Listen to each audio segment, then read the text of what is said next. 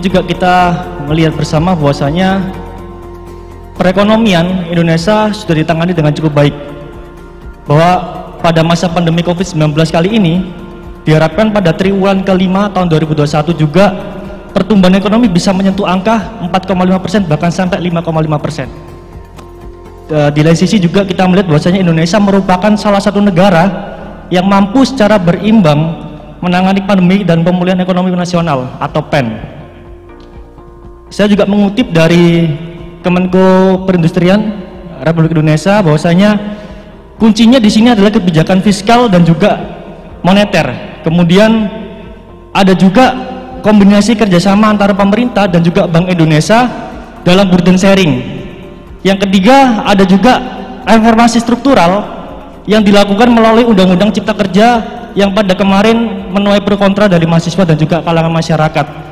Di sini saya ingin menanyakan bahwasanya sejauh mana aspek perkembangan dari tiga aspek ini dan juga kebermanfaatan dan juga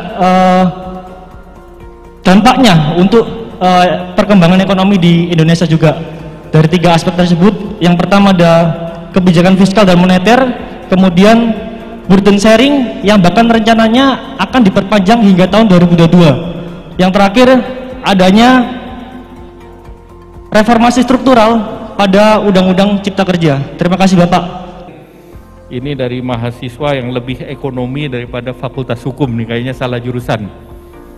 Saya lihat sangat menguasai karena yang dibeli komentar adalah materi yang tidak saya paparkan. Berarti luar biasa. Kita beli tepuk tangan. Jadi memang perekonomian itu ditanganinya satu dari segi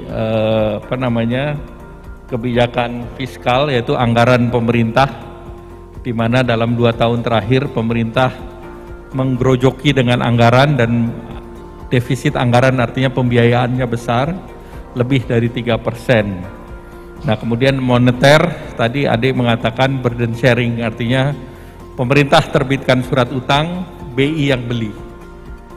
Nah di tahun 2023 ke depan ini sudah tidak bisa lagi BI beli dari surat utang pemerintah.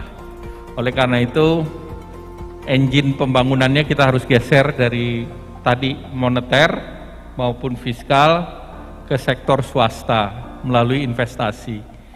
Tapi dengan demikian investasi perbankan ini harus jalan. Nah untuk perbankan harus jalan, maka kreditnya harus jalan. Sekarang ini bank lebih banyak menerima deposito, jadi jumlah uang masyarakat yang dideposito tumbuh di atas 12%. Sedangkan bank memberikan kredit hanya 5%. Jadi deltanya lebih banyak dan ditambah lagi ada loan to deposit ratio, rasio deposito dan utang, pemberian kredit sekarang hanya sedikit di atas 70%.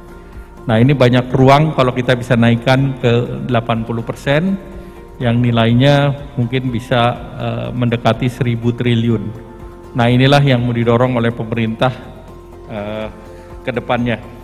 Dan untuk mendapatkan itu reform struktural diperlukan, antara lain melalui Undang-Undang Cipta Kerja, dan untuk pertama kali kita punya yang namanya Sovereign Wealth Fund. Jadi Sovereign Wealth Fund itu adalah lembaga pembiayaan jangka panjang yang dimiliki oleh negara.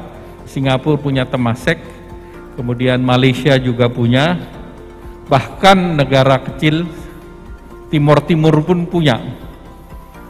Jadi tentu Indonesia yang baru punya sekarang diharapkan kita bisa menyiapkan ini sebagai dana cadangan untuk pembangunan jangka panjang.